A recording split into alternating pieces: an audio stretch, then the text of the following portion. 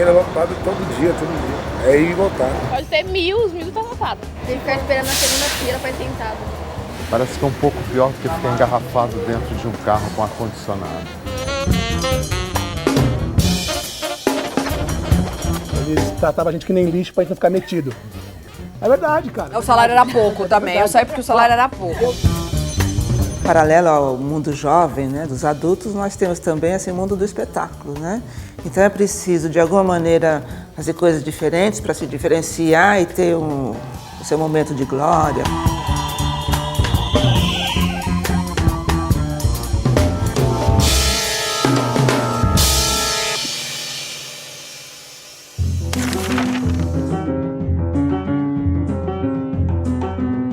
Boa noite. Depois dos protestos de junho que contiveram as tarifas de ônibus e trens, o sistema de transporte coletivo de São Paulo volta ao centro de novas polêmicas.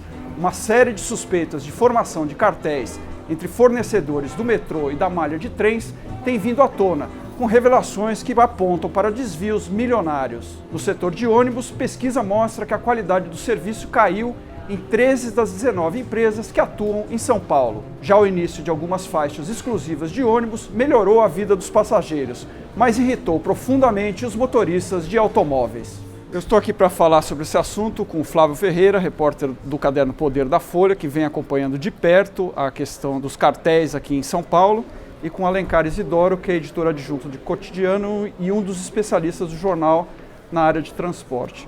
Flávio, os valores envolvidos nessas suspeitas de cartel estão chegando já à casa dos bilhões. Bom, a partir da divulgação das primeiras informações, o Ministério Público Estadual reabriu 15 investigações que estavam dormindo em gavetas por falta de provas. A promotoria formou uma força-tarefa para analisar esses 15 inquéritos e mais 30 que já estavam em andamento e agora vão ser turbinados aí pelas provas que estão chegando. Nós teremos agora investigações na parte de improbidade administrativa, eventuais desvios aí, superfaturamentos vão poder ser objeto de pedidos de devolução de dinheiro e investigações na área criminal. E aí crimes contra a administração, corrupção, peculato, desvios e também a questão de crimes financeiros, como lavagem de dinheiro, formação de cartel, as práticas aí contra a livre concorrência. O Ministério Público, na sexta-feira, já qualificou como organizações criminosas as empresas que participaram desses cartéis. As suspeitas de irregularidades começaram em 2000, no metrô, na linha 5 Lilás, com a compra de trens e equipamentos durante o governo Mário Covas. No ano seguinte, em 2001 e 2002, com a CPTM, com a manutenção de trens, no governo Geraldo Alckmin. Em 2004, ainda no governo Geraldo Alckmin, na CPTM novamente, a linha 12 Safira para modernização do sistema. Ainda no governo Geraldo Alckmin, em 2005, o metrô, na linha 2 Verde, para compra de trens e equipamentos. O último contrato suspeito é de 2008, já no governo do ex-governador José Serra, envolvendo a CPTM e a compra de 48 trens.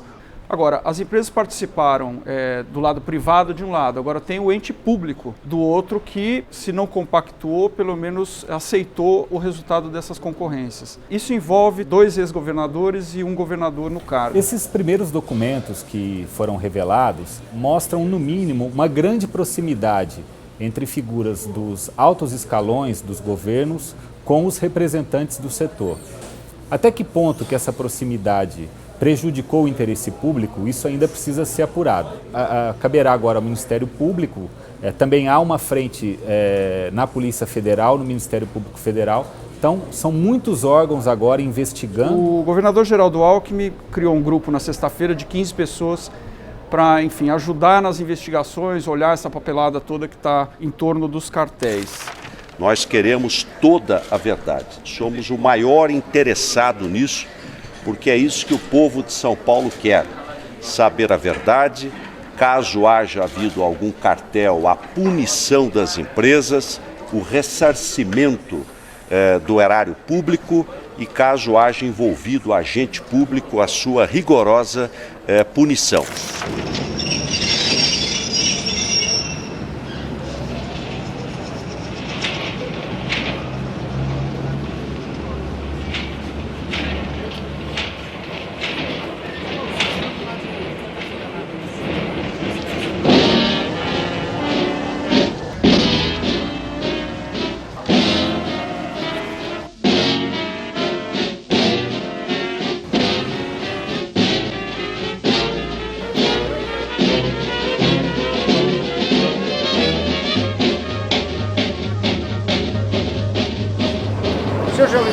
sobre esse superfaturamento aí que houve na concorrência do metrô.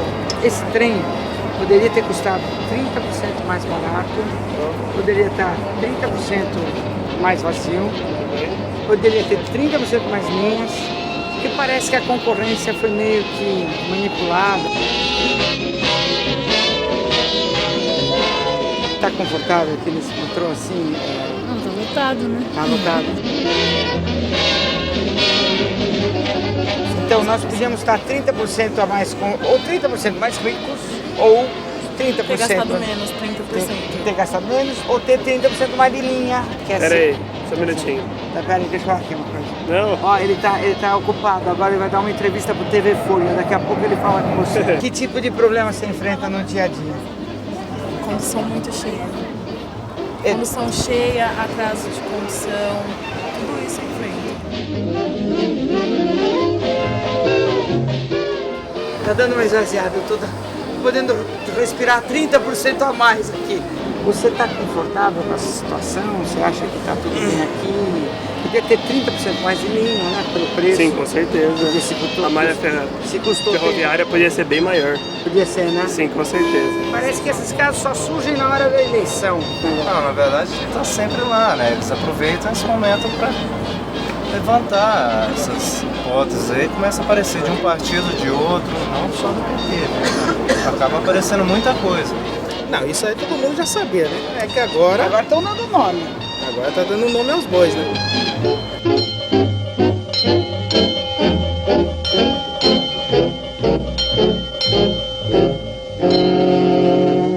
Alencar, um dos contratos que é suspeito de ter havido um cartel, um conluio, fala-se em um sobrepreço de 30% na área de trens. Essa falta de recursos, eventuais supostos desvios, afetam muito, ainda mais num sistema que a qualidade do sistema está sendo questionada muito nos últimos anos, né? O metrô ainda é o sistema de transporte preferido da população, ainda é o mais bem avaliado pela população. Já teve avaliação positiva de 90% mais ou menos dos usuários. Nas últimas pesquisas estava em torno de 70%, 80%. É alto, ainda é alto, mas isso vem em queda e houve nos últimos anos uma série de panes nos sistemas agravados ali pela superlotação e que acabaram colocando a qualidade do sistema em xeque.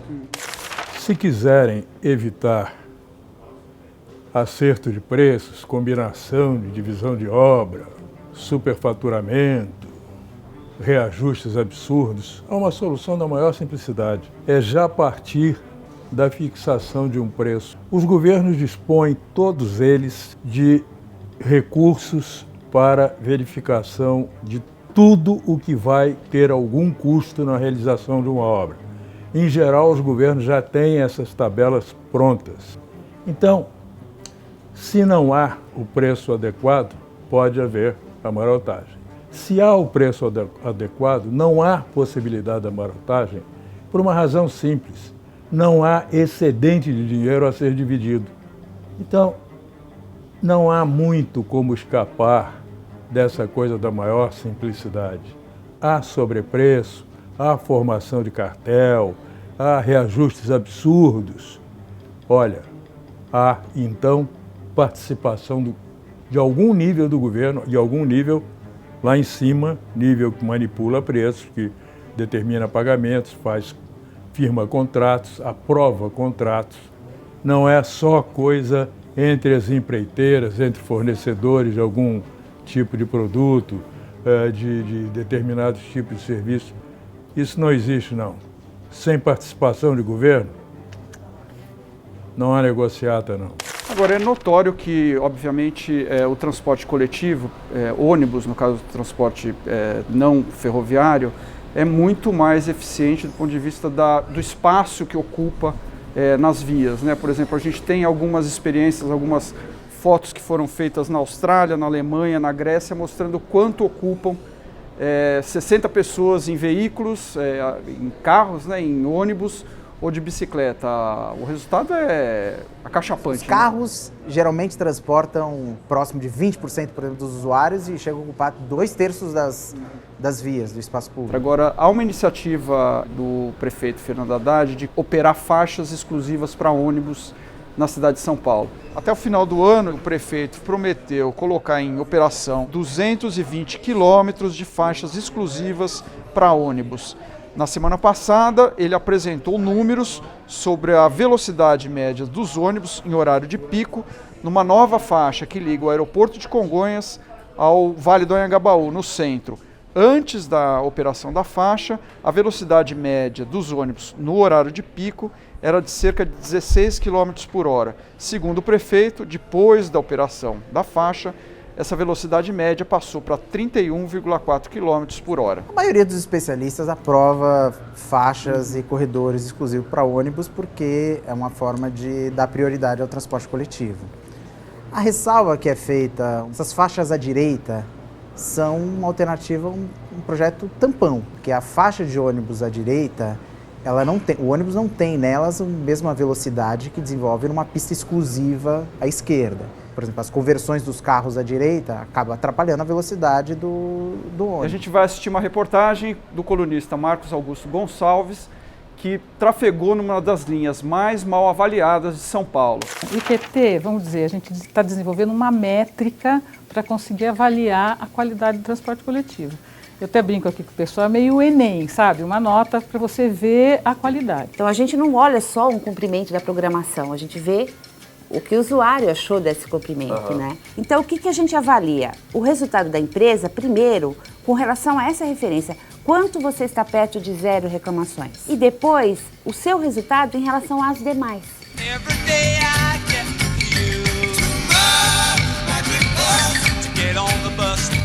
Mas daqui 5 minutos, às vezes, quando chega um ponto, já passa. Sempre chega no lugar e é vazia, né?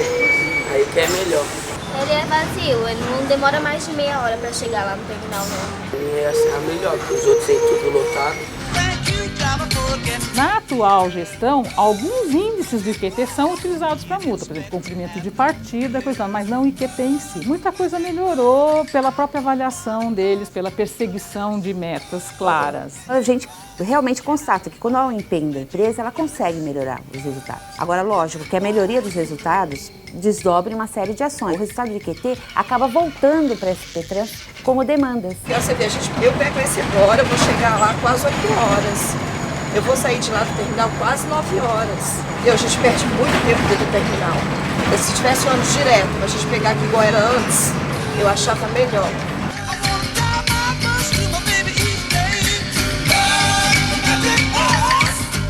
Tem gente reclamando que as faixas exclusivas de ônibus criadas pela prefeitura estão atrapalhando a vida do motorista de carro. Agora, difícil mesmo é andar de ônibus em São Paulo, é pegar o busão aqui no terminal de Parelheiros, nessa que é a linha, uma das linhas mais lotadas da cidade de São Paulo.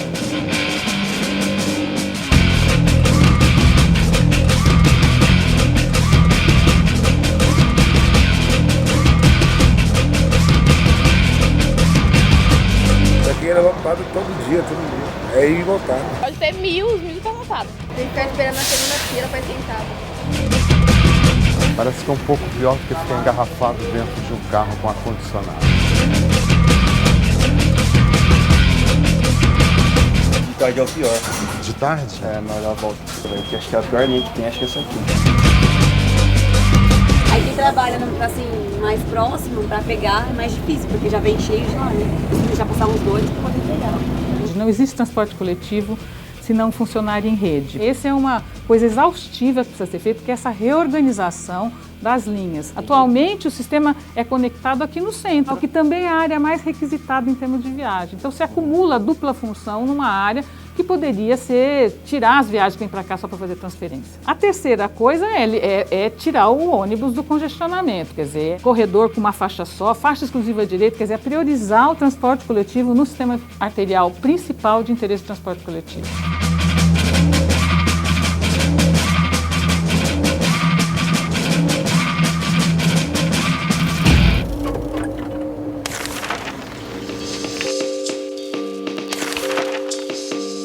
O Datafolha fez uma pesquisa na semana passada, onde ficou registrada uma recuperação na popularidade da presidente Dilma Rousseff, depois de uma queda vertiginosa de 27 pontos em junho, mês dos protestos que pararam o Brasil. Segundo o Datafolha, o índice de ótimo e bom da presidente Dilma Rousseff, que era de 57% no início de junho, caiu para 30% depois dos protestos do mês de junho e agora está em 36%, uma alta de 6 pontos percentuais. O Datafolha também aferiu as chances eleitorais dos principais candidatos ao pleito em 2014. No cenário mais provável, Dilma Rousseff subiu de 30% para 35% das intenções de voto. Marina Silva manteve uma trajetória ascendente.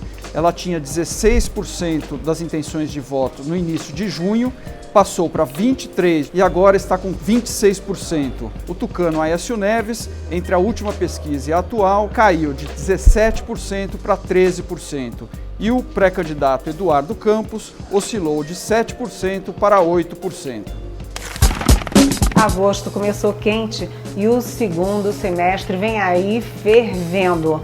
A presidente Dilma Rousseff tem perdido muito tempo de reunião em reunião com os líderes partidários para evitar sucessivas derrotas, tanto na Câmara quanto no Senado. O Supremo Tribunal Federal também começa quente, sob a perspectiva do fim do julgamento do Mensalão, que tem 25 réus e os principais deles eram dirigentes do PT e do próprio governo Lula. O maior bode de jornalista que vem com matéria querendo falar que VJ da MTV, que sai da MTV é um fracasso. Maldição da MTV. Vai me desculpar. Então só eu me f***, só eu me f***, só eu me f***, cara. Tu não trabalha na Record, cara? Trabalho nada, desempregado, cara. Não aguenta aquilo, cara. Não aguenta aquilo, cara.